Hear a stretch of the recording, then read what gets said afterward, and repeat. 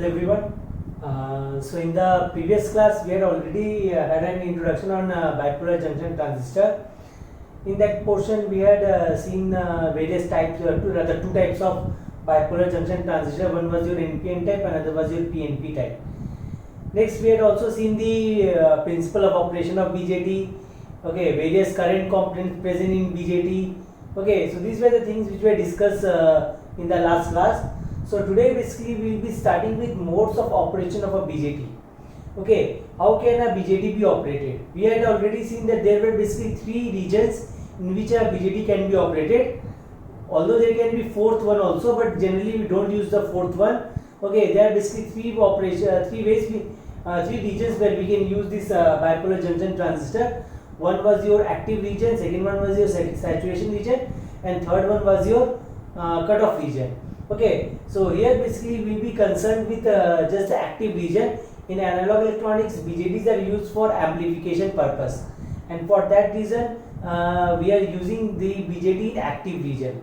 Okay, so we will be just considering the case when your emitter base junction is forward bias and in the collector base junction is reverse bias. We had already seen that in case of your active region, your emitter base junction is forward bias. On the other hand, your collector base junction is reverse bias. So here in this case, we will be just considering that particular thing, that your BJT is operating in the active region. Okay, so first mode of operation of a BJT will be your common base mode. Okay, we had already seen that a BJT basically consists of three terminals: emitter, base, and collector. Okay, so emitter, base, and collector. Out of these three terminals, any one terminal can be kept common in between the input circuit and the output circuit.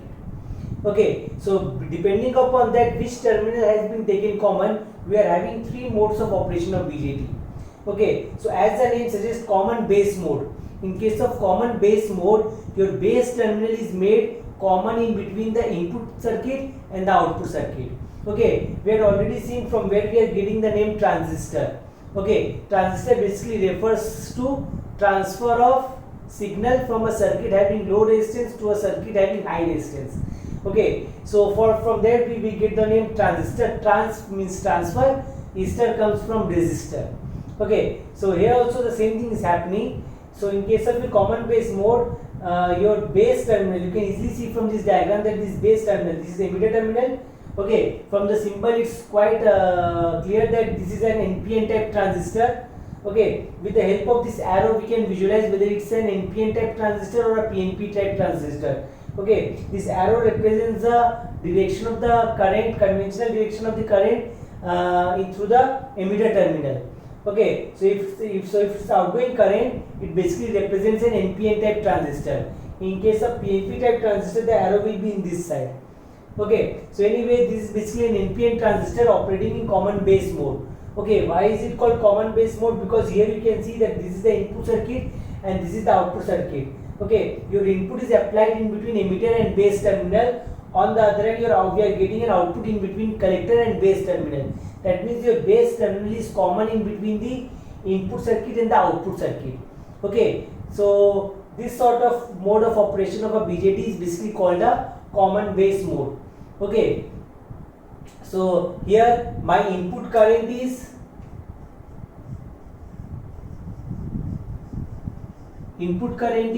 IE. Okay, I is the input current. On the other hand, my output current is IC. Okay, IC is my output current. Input voltage. Okay, input voltage is VBE. On the other hand, my output voltage is VCB.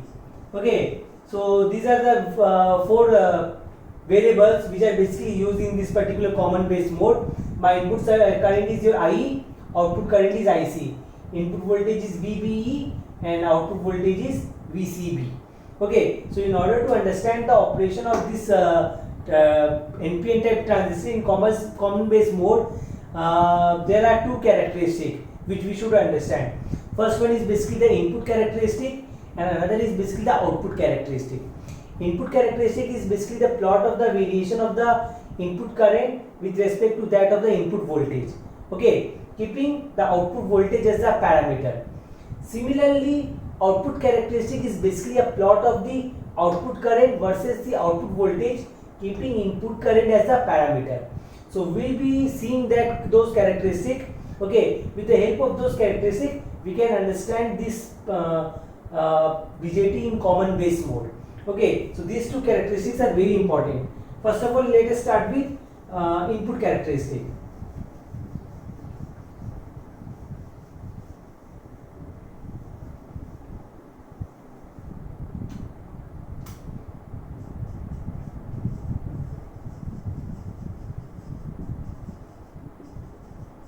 Okay, so input characteristic is basically the plot of the input current versus your input voltage. So my input current is IE, so it's basically a plot of I versus VBE with output voltage as my parameter. So in my case, my output voltage is VCB. So with VCB as a parameter.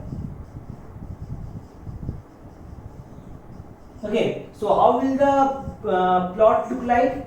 If I plot the variation of this IE with your VBE, so as I said earlier, that in case of a transistor, okay, in case of a BJT, we are operating this particular BJT in active region. Okay, we are operating this BJTs in active region. Okay, in analog electronics, usually BJTs are operated in active region. They are used for amplification purpose. In digital electronics, they are usually used for switching purpose. So for that reason, they are operated either in saturation region or in cutoff region. But here we are operating this particular BJT in active region. That means my emitter base junction is forward bias. On the other hand, my collector base junction is reverse bias. Okay, so if I plot the variation of emitter current with respect to VBE, okay, it will be similar to the forward characteristic of a diode. Okay, it will be similar to a forward characteristic of a diode because this junction is forward bias, so that means this will be behaving as a forward bias diode. Okay, so the characteristic will be similar to that of a diode. Okay, so it will basically look like somewhat like this. Okay, so it's similar to the characteristic of a diode. So here you can see that my current was 0 unless and until the input voltage exceeds a particular value. Okay, this thing was already explained in case of a diode. This particular voltage is called the threshold voltage or the cutting voltage.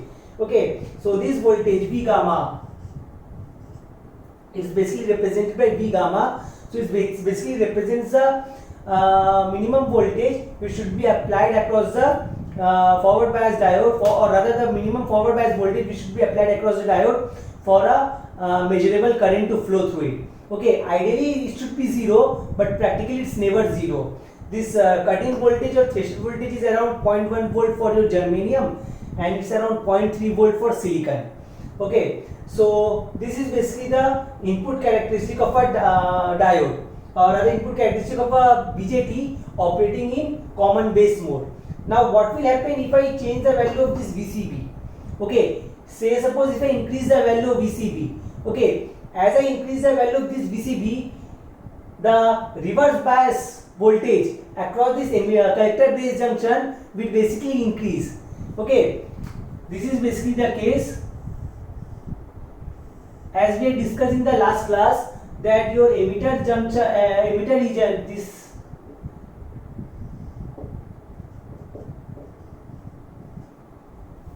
okay, or rather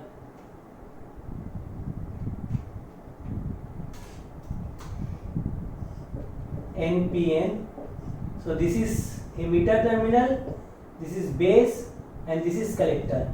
So as I already said in the last class, that this region, collector region, is more wide as compared to other two regions, and this base region is the thinnest one. Okay, so in the active region, this collector base junction is reverse bias. There are two PN junctions. One is this one, another is this one. Okay, in active region, this junction is forward bias.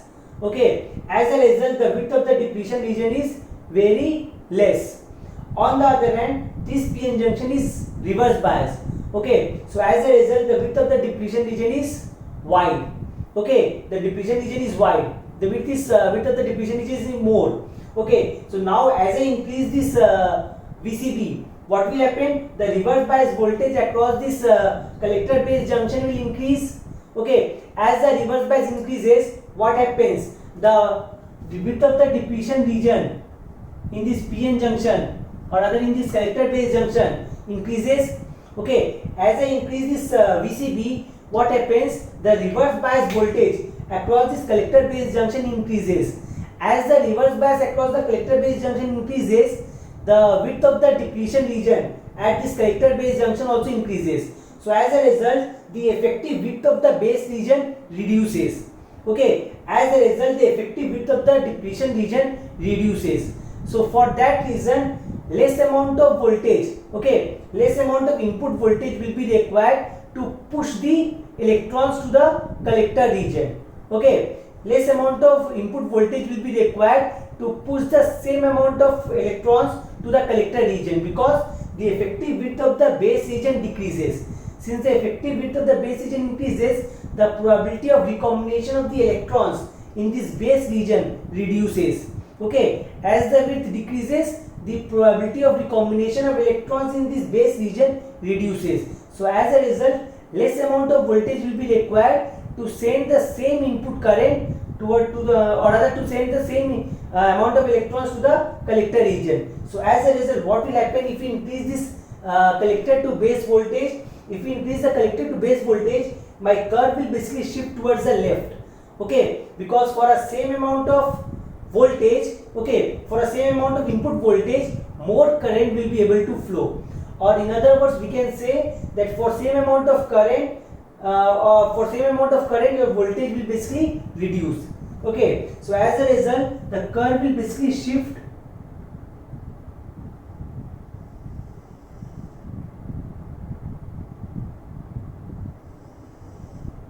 towards the left as you increase the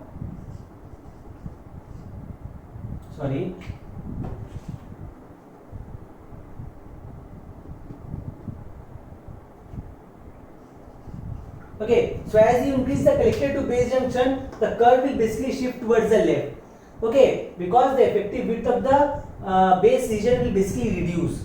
So less amount of voltage will be required to send the same number of electrons towards the collector region. Okay, so this is basically the input characteristic of a NPN type transistor operating in common base mode. Okay, so from here, if I find out the input resistance, okay, if I calculate the input resistance, in case of diode, we have seen that there are basically two types of input resistance. One is your static resistance, another is your dynamic resistance. Okay, there are two types of resistance we have seen in case of diode. One is your static resistance, another is your dynamic resistance. Okay, static resistance is simply the slope of the tangent, or rather the inverse of the slope of the tangent at any point.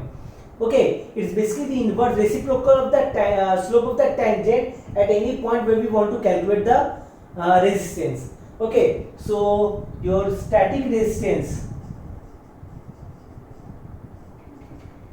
is simply the ratio of the voltage and current at any point. On the other hand, your dynamic resistance, usually we are concerned with dynamic resistance, so it's basically the delta V by delta I. Okay, so it's basically delta V by delta I. Okay, or rather we can also do it as like this, dV by di. Okay, so it's basically the dynamic resistance. Now if I calculate the this is nothing but reciprocal of the slope. Okay, reciprocal of the slope of the tangent at any point. So suppose here we want to calculate. Okay, so just you draw a tangent here. Okay, so this is basically, say suppose theta, so tan theta will be the slope of this particular tangent. Okay, tan theta will be the slope of this particular tangent. Okay, so just do the reciprocal of this tan theta, then we will be getting the required resistance. Okay, so you can easily see that this value is more or less near about near, not exactly equal to 90 degree, but it's very close to 90 degree. Okay, so suppose it's around 80 degree or somewhat like that. That means this value, the slope of this tangent will be very high. As a result, the resistance will be very less. Okay, so for that reason we can say that in case of a common base mode, my input resistance is very low. Okay, input resistance is very low. You can also see in this way that your emitter base junction is forward bias. Okay, since your emitter base junction is forward bias, it will offer very less resistance to the flow of the current, and you can see it from this figure as well. Okay, if you draw a tangent at any point and if you calculate the slope of that tangent and do the reciprocal, then you will get the required resistance of the, or rather you will get the required input resistance of the BJT. Okay, so here you can see that the slope will be very large. Okay, slope will be very large because this angle is going towards 90 degree. Okay, it's near 90 degrees, say suppose around 80 degree or somewhere around that. So this tan 80 will be very high. Okay, so as a result, if I do the reciprocal of tan 80, that means cot 80, it will be basically very less. Okay, so your common base mode offers very low input resistance. Okay, so this is the first characteristic of a common base mode. Okay, the second characteristic is the output characteristic.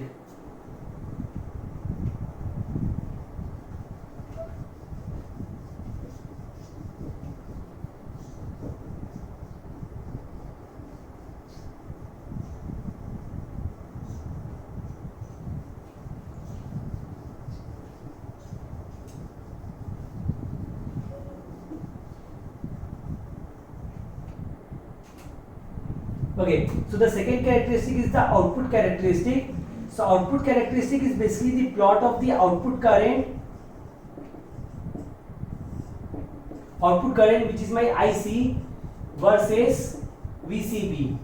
Okay, with input current as my parameter. So my input current is IE, so I will be keeping IE as my parameter.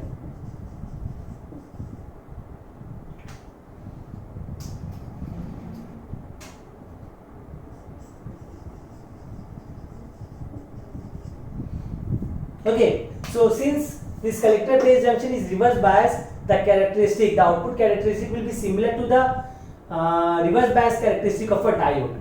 Okay.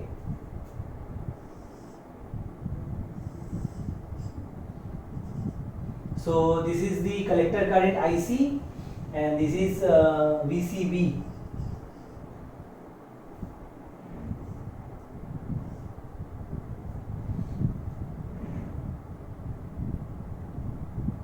Okay, so now starting with say suppose if I take I to be 0. Okay, say suppose if we take I to be 0, if we take I to be 0, then at that time my collector current will be very less. Okay, we had already seen in the last class where we had discussed about various current components present in the BJT. We had seen that current flowing through collector basically consists of two components. One is the reverse saturation current. Okay, because this collector base junction is reverse bias, so as a result a reverse saturation current will flow from a reverse saturation current will basically flow. Okay, and at the same time a portion of the, or rather majority of the emitter current. Okay, we have seen that what is happening in case of a BJT, that your emitter is basically injecting electrons to the base. Okay, a part of that electrons is getting lost in this base region and the remaining portion, okay, majority of the electrons reach the collector region. Okay, and as a result a current flows from collector to base. Okay, so this was basically your current which is flowing due to the emitter current. Okay, and at the same time there is a reverse saturation current.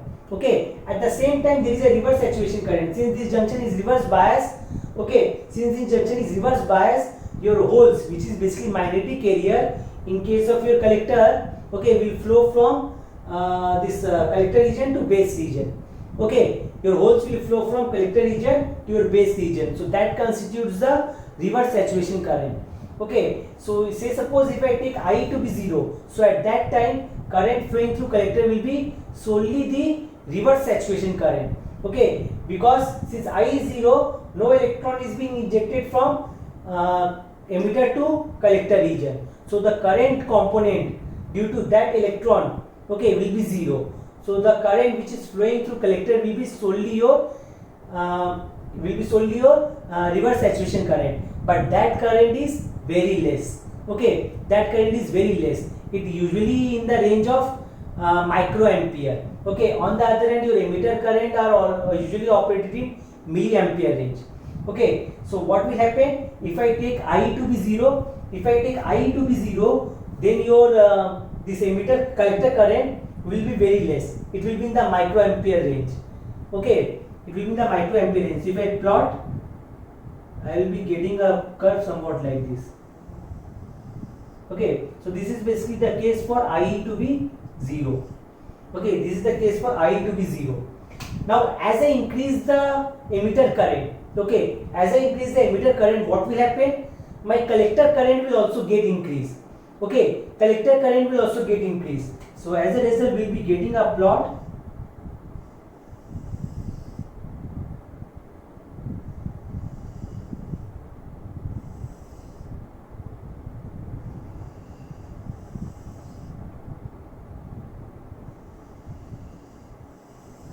somewhat like this.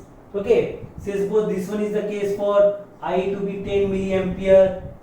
Okay, this one is the case for, say suppose I is equal to 20 milliampere, and this is the case when I is equal to, say suppose 30 milliampere, and so on. Okay,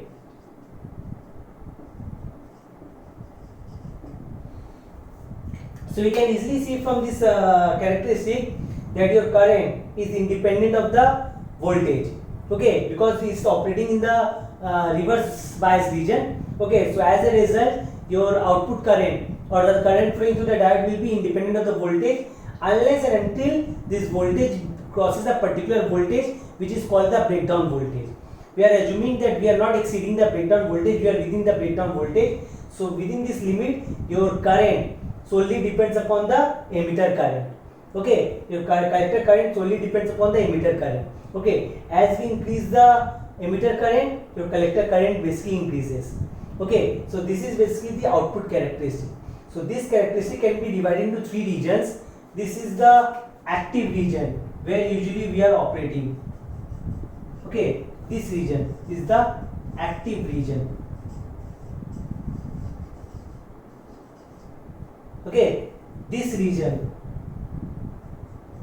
okay, when your emitter current becomes 0, below that region, it is basically called the cutoff region.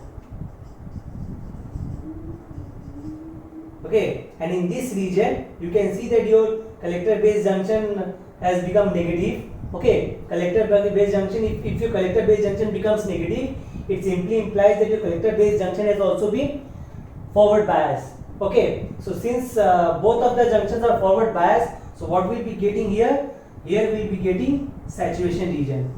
Okay, this region is the saturation region.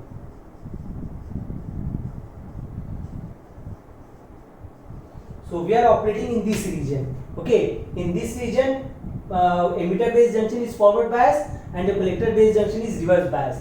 Here you can see that your collector base junction has become negative. So it simply implies that this junction has also become forward bias. So both the junctions are forward bias.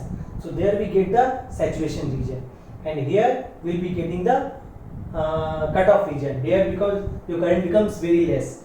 So here your switch, this BJT will be completely off. Okay, in active region, it basically serves the purpose of amplification.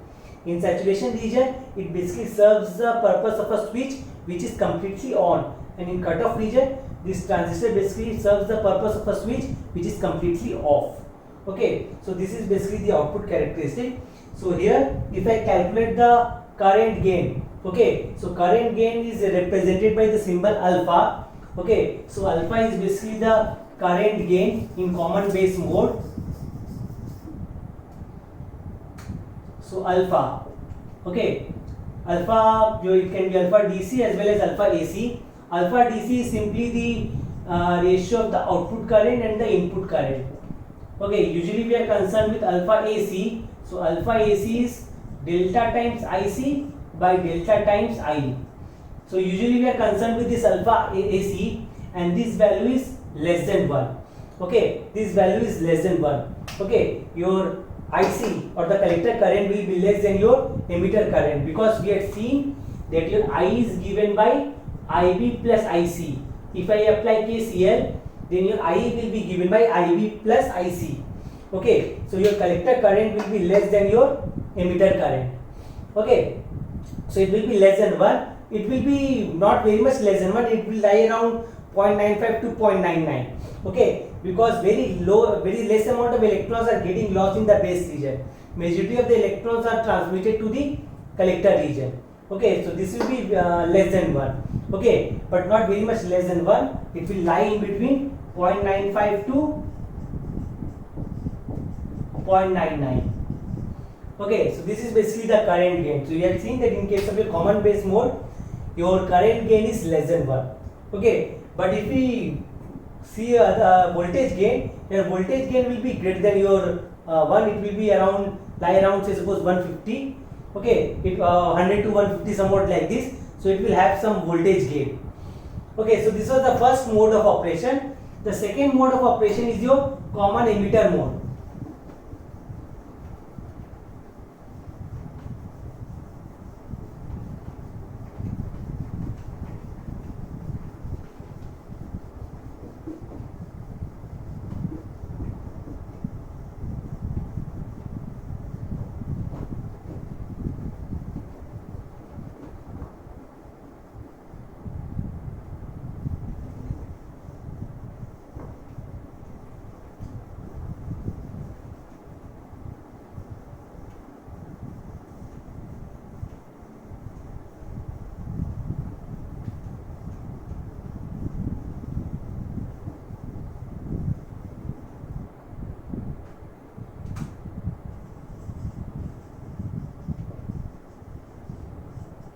Okay, so as the name suggests, here your emitter terminal will be kept common in between the input circuit and the output circuit.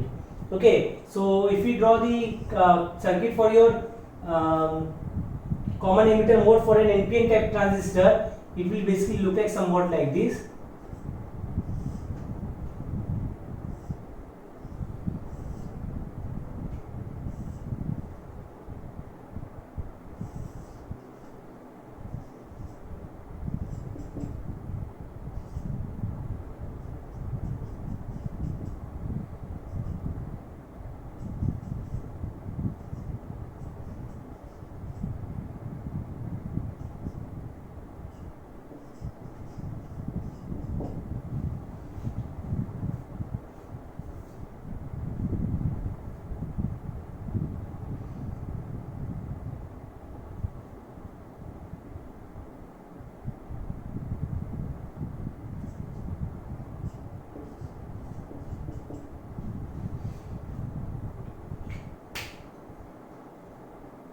Okay, so basically this one is the case for your NPN type transistor operating in common emitter mode. Here you can see that your emitter terminal is common in between the input circuit and the output circuit.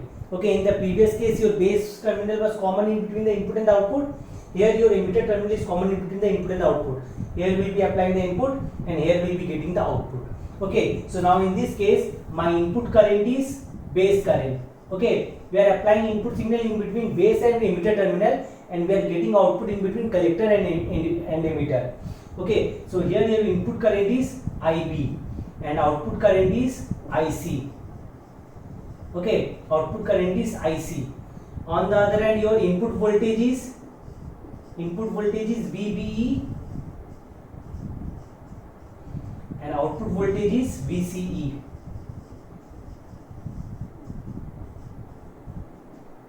Okay, so now if I draw the characteristic of this common emitter mode for an NPN type transistor, so again it will basically consist of two characteristics.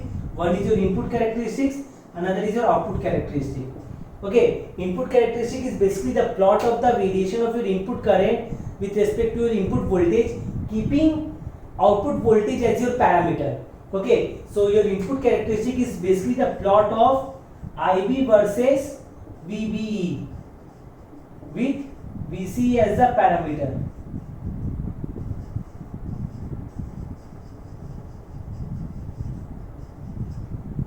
Okay, again, so this base emitter we are operating in this BJT in active region. Okay, so that means your emitter base junction will be forward biased.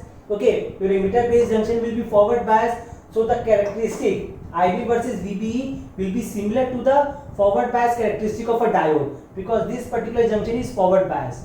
Okay, so the characteristic will look like same as what we got in the case of your common base mode. Okay,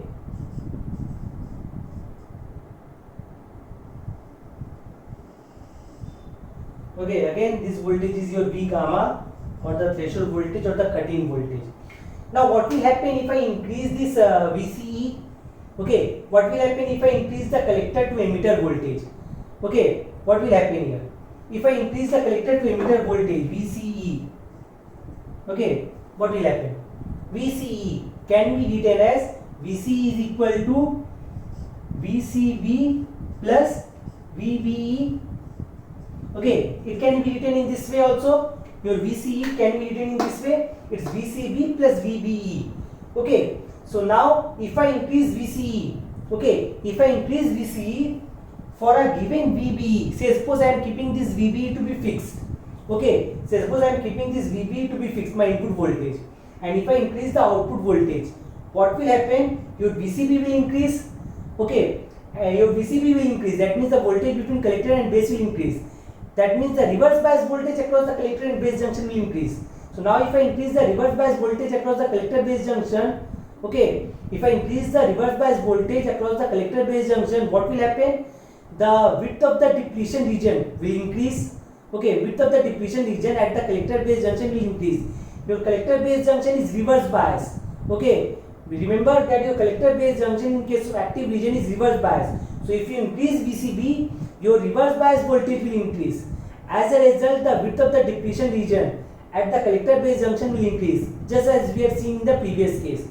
Okay, so what will happen? As the width of the depletion region increases, effective width of the base region decreases. Okay, effective width of the base region decreases.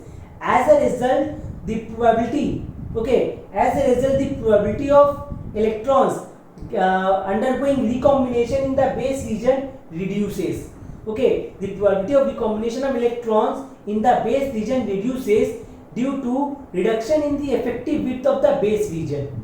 Okay, as the effective width of the base region reduces, okay, as the effective width of the base region reduces, what will happen? The probability of the electrons undergoing recombination in base region reduces. So as a result, what will happen? For a given VBE, okay, for a given VBE, your base current will reduce. Okay, for a given VBE, your base current will reduce. That means the curve will basically shift towards the left.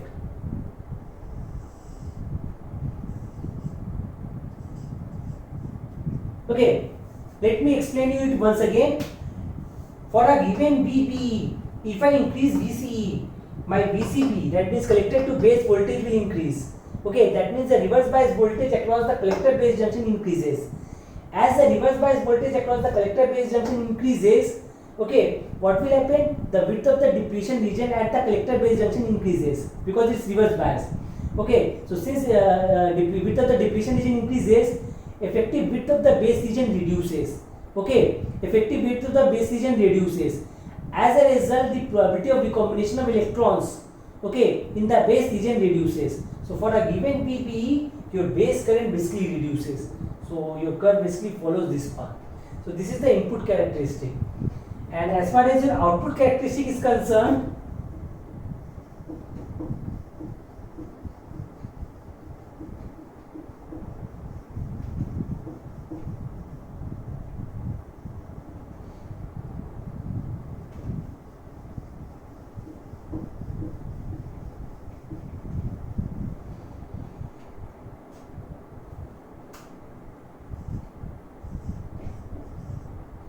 here also we had seen from the curve, okay, that your input resistance will be less.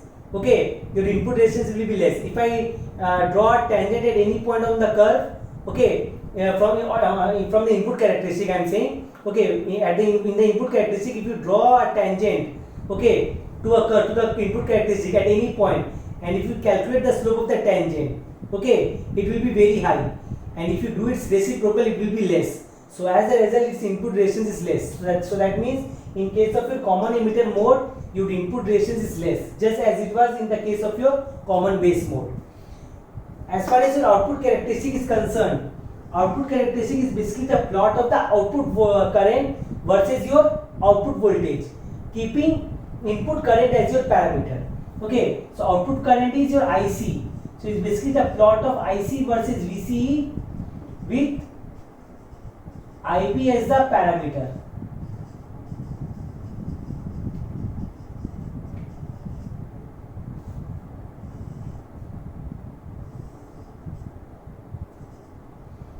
So it's basically IC, and here we are getting its VCE. First of all, if I take IB to be 0, okay, if I take IB to be 0, okay, if I take IB to be 0, then even in that case, the reverse saturation current which will be flowing will be not so less as what we got in the case of your common base mode.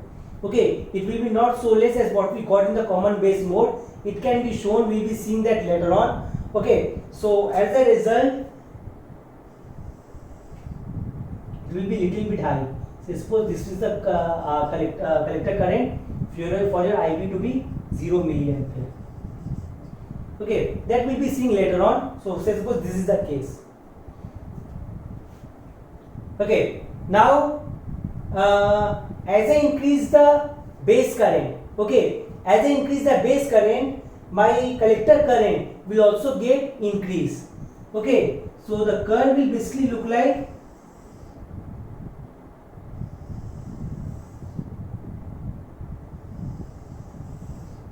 similar to what we got in the previous case. Just here you can see that your curve is not as horizontal as what we got in case of your common base mode. Okay, it's slightly inclined. Okay, it's slightly inclined. Okay, so that means your collector current is getting increased even with it's depending upon your VCE. Okay, it's depending upon VCE. I will be telling you why is it so. Okay, so as I am increasing the base current,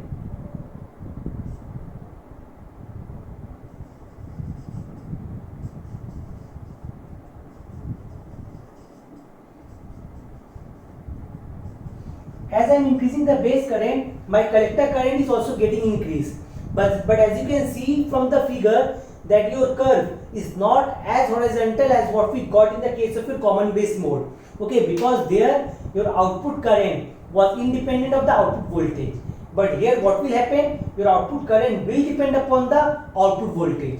Okay, because we had seen in the previous expression, in the previous characteristic, that your VCE is given by VCB plus VBE. Okay, it is given by VCE. VCE is equal to VCB plus VBE. So as I increase VCE, okay, as I increase VCE, okay, what will happen? This collector base junction voltage across the collector base junction will also get increased.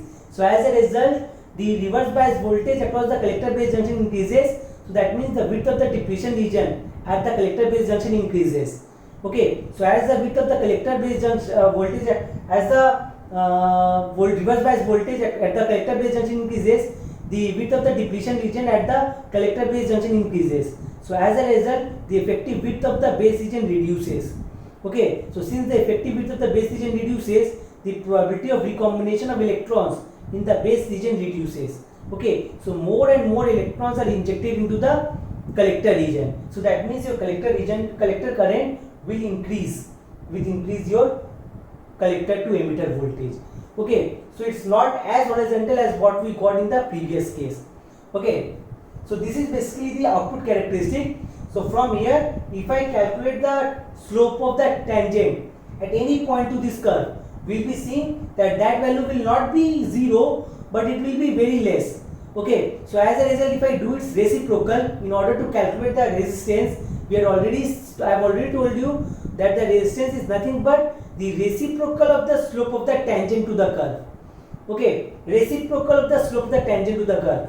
So slope is very less. Okay, so if I do the reciprocal, it will be very high. So in case of a common emitter mode as well, your output current or rather output resistance is very high and your input resistance is very less, as similar to what we got in case of your common base mode. Although in case of your common base mode, your output resistance was even higher, but here also your output resistance will be higher. Okay. So here if I calculate the here if I calculate the current gain in case of your common emitter mode. Okay, so current gain is given by the ratio of the output current to the input current. So here my output current is IC and input current is IB. Okay, so it's IC by IB. Okay, so you can easily see that this IB, usually this IB is very less and this IC is very high. Okay, so what does this imply? That your beta will be high. Okay, it will be high. That means in case of your common emitter mode, your current gain is very high. Okay, so for that reason usually we operate BJT in common emitter mode. Okay, now there is a relationship which connects this alpha and this beta. Okay, we are already seeing that your IE is given by IC plus IB. Okay, I is given by IC plus IB. Okay, so this is basically the general equation. I is equal to IC plus IB.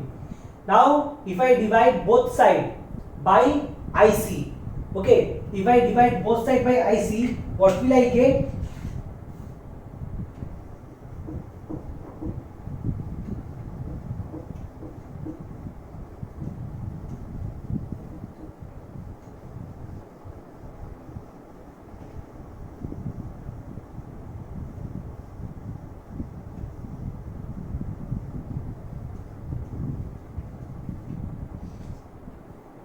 If I divide both sides by IC, I will be getting IE by IC is equal to 1 plus IB by IC. Now this IE by IC, it's nothing but 1 by alpha. Okay, alpha is given by IC by IE, so it's 1 by alpha. So 1 by alpha is equal to 1 plus, and this is 1 by beta.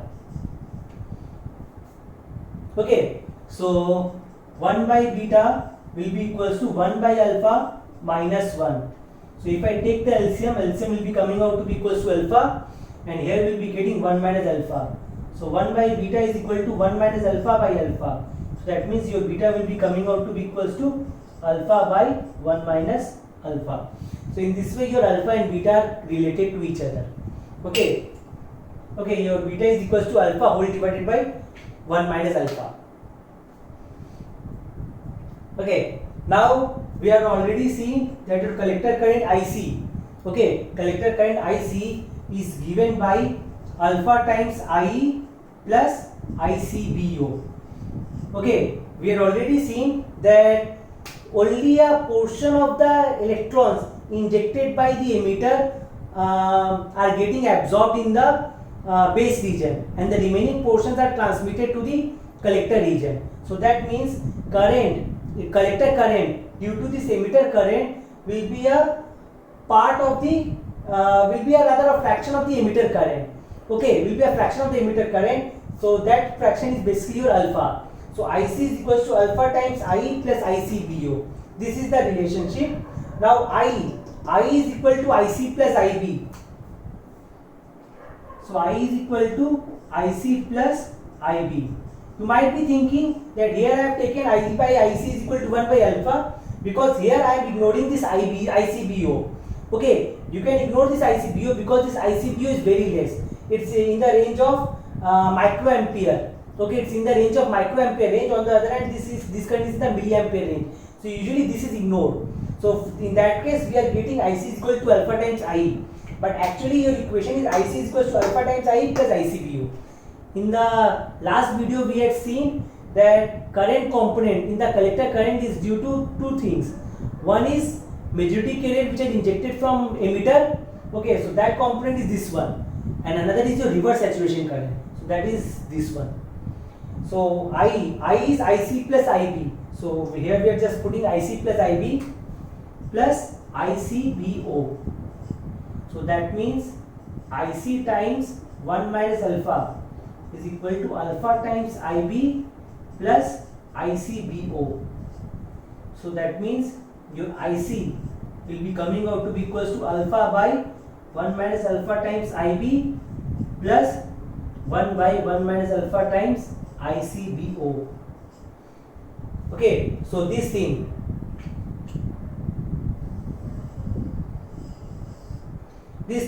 alpha by 1 minus alpha, we had already seen that this is nothing but beta. Okay, so this is nothing but beta, so it's beta times IB, and if I calculate this will be coming out to be equals to 1 plus beta. Okay, just you add 1 on both sides, then you will be getting this thing, that 1 plus beta is equal to this. So this time ICBO. Okay, so now here you can see that if you put IB is equal to 0, okay, if you put IB will be equals to 0, then how much will be your reverse saturation current in this case? If I put IB is equal to 0, if I put IB is equal to 0, then your collector current will be nothing but the reverse saturation current which is flowing from collector to emitter, and that current will be equals to beta plus 1 times ICBO. Okay, so this ICBO is very less, but this beta is high. So as a result, in case of your common emitter mode, the reverse saturation current is not so less as what we got in case of your common base mode. Here you can see that here there is an amplification factor of beta plus 1. Okay, so your reverse saturation current is beta plus 1 times ICBO. So here even in the even when your base current is 0, your collector current is not very less. It somewhat greater at output current is somewhat greater at what we got in case of your common base mode. So this is the second mode of operation. The last mode of operation is your common collector mode. Okay.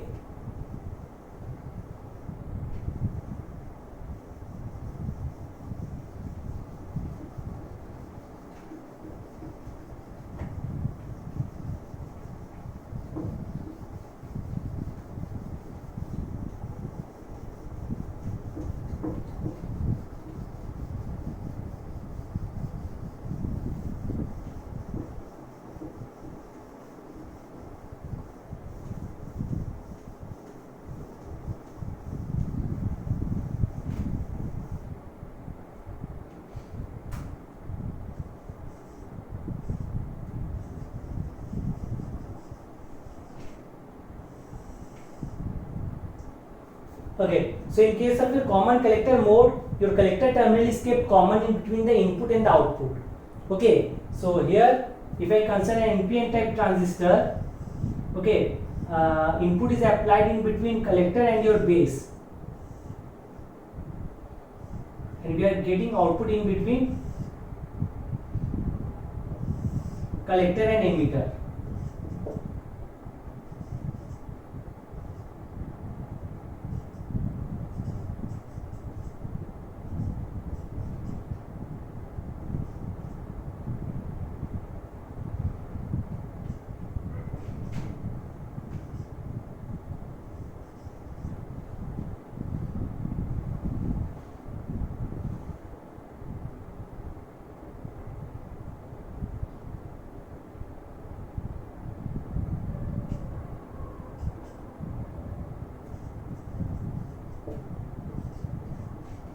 Okay, so this is basically the common collector mode. Here I am applying input in between base and your collector, and we are getting output in between emitter and your collector. So here my input current is IB, and output current is IE. Okay, input voltage is VCB, and output voltage is VCE. Okay, so here your collector base junction is reverse bias. We are operating in the active region, so collector base junction is reverse bias. As a result, in case of a common collector mode, your input resistance is very high.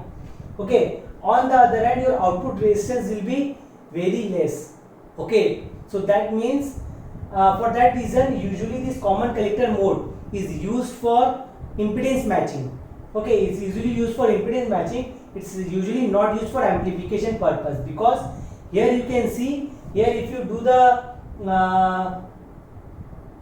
output current by input current, okay, so here your current gain is very high, okay, but here your voltage gain will not be very high in case of your common collector mode. Okay, voltage gain will not be very high because its output resistance is very less. So usually this common collector mode is not used for amplification purpose. Generally we use common emitter mode because there we are having high current gain as well as high voltage gain. Okay, here if I calculate the current gain, then it's represented by gamma. So it's nothing but output current by input current, I by IB. Okay, I by IB is nothing but your current gain gamma. So there is a specific relationship between alpha, gamma and beta. Okay, what is that relationship? I can be written as IB plus IC whole divided by IB. So if I divide them, IB by IB is 1 and this is IC by IB. So IC by IB is nothing but beta. So that means gamma is nothing but beta plus 1. Okay, since beta is very large, your gamma will also be very large. So there is a very there is large current gain, but there is very small voltage gain. In fact, it's less than 1. Okay, and at the same time, its input resistance is very high and its output resistance is low. So for that reason, it's usually not used for amplification purpose. Okay, so gamma is coming out to be equals to beta plus 1. Okay, now what is beta? Beta is nothing but alpha by 1 minus alpha. Okay, beta is nothing but alpha by 1 minus alpha plus 1. So if I take the LCM is coming out to be 1 minus alpha, and here it's alpha plus 1 minus alpha. So alpha is getting cancelled out and we are getting simply gamma is equals to 1 by 1 minus alpha. So this is the relationship between gamma and alpha. Now if I multiply both sides by alpha, okay, if I multiply both sides by alpha, then alpha into gamma will be equals to alpha by 1 minus alpha, and alpha by 1 minus alpha is nothing but beta. So alpha gamma will be coming out to be equals to beta. So this is another relationship which is connecting alpha, gamma and beta. Okay, so this is your BJT. Okay, in the next class we will be starting with another type of transistor which is basically called your field effect transistor. Thank you everyone.